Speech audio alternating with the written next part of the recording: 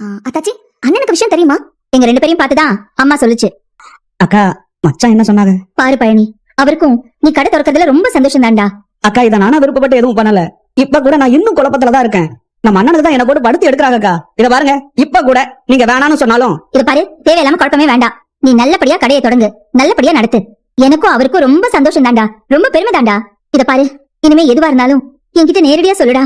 ஆளை விட்டெல்லாம் பேசாதடா, என்னால தாங்கிக்க முடியல, ரொம்ப சங்கடமா இருக்கு.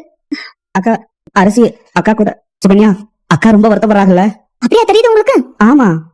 அதெல்லாம் ஒண்ணும் கிடையாது. அத்தாச்சி சந்தோஷமா தான் பேசிட்டு போறாங்க. நீங்களா ஏதாவது ஒண்ணு நினைச்சு முடிவு மாத்திராதீங்க, சரியா? ஆமா, கடையில இருந்தா வந்தியா? இல்ல, டெலிவரி முடிச்சுட்டு அப்படியே வரேன். அப்ப சரி, உங்க மச்சான் நேரம் கடைக்கு போயிருப்பாரு. சூட்டோட சூட்டா அவர்கிட்டயும் போய் சொல்லிட்டு வந்துருங்க, சரியா? போங்க போங்க. அப்போ மாமா அந்த வீட்டுக்கு போயிட்டு வராமா? அதெல்லாம் எங்கேயும் போக மாட்டோம். இப்ப இருக்கிற மாதிரி என்ன ஒண்ணு, இப்ப உங்க தம்பிக்கு எம்பிட்டு சந்தோஷப்படுறீங்களோ இதே சந்தோஷம் உங்களுக்கு எப்பவுமே இருக்கணும். நாளைக்கு ஒரு தேவைன்னா என்ன, எதிர் வீட்டோட சண்டை வந்துச்சுன்னா கடையை தூக்கி போட்டு வாடான்லாம் சொல்லக்கூடாது அத்தாச்சி. நான் எதுக்கு அப்படி சொல்ல போறேன்? நீங்க சொல்ல மாட்டிய, இருந்தாலும் நான் சொல்றேன். எந்த பொண்ணா இருந்தாலும் கல்யாணம் ஆகி புருஷனோட அக்கா வீட்டுல இருக்கிறத யாரும் விரும்ப மாட்டாங்கல்ல. ஆனா நான் இருக்க அத்தாச்சி. தெரியும்டி, உன் பெரிய மனசு தெரியும். அதே மாதிரி பெரிய மனசோட நீங்களும் நடந்துப்பீங்கன்னு நானும் நம்புறேன். வாங்கண்ணே. ஏப்பா, கார் வாடகை கொடுக்கலாம்பா. கொடுக்கூடாதுலாம் இல்ல, கொடுத்துருவேன். அதுக்காக வீட்டுக்கு போன் பண்ண சொல்லுவீங்களா?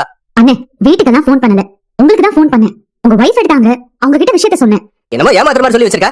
அப்படியே சொல்லலண்ணே, பணத்தை கொடுக்காம ஏத்தடிக்கிறாருன்னு சொன்னேன். அவங்க அப்படி புரிஞ்சுட்டாங்க போல இருக்கு. கிளம்பி டிராவல்ஸ்ல வான்னு சொல்லிருக்க. உடனே பணத்தை கொடுக்கணும், இல்லன்னா பெரிய பிரச்சனை யாரும் மிரட்டி வச்சிருக்க. ஏமா, என்னமா நினைச்சிட்டு இருக்க நீ? எங்க டைம்ல நாங்களும் வண்டியெல்லாம் அனுப்பணும்ல. சர்வீஸ்ல ஏதாவது குறை வச்சோமானே சொல்லுங்க. இல்ல, அப்ப நீங்க பேசின டைம்க்கு பணத்தை கொடுக்கணும்ல. ராஜி, நீ சும்மா இரு. இங்க பாருங்கண்ணே,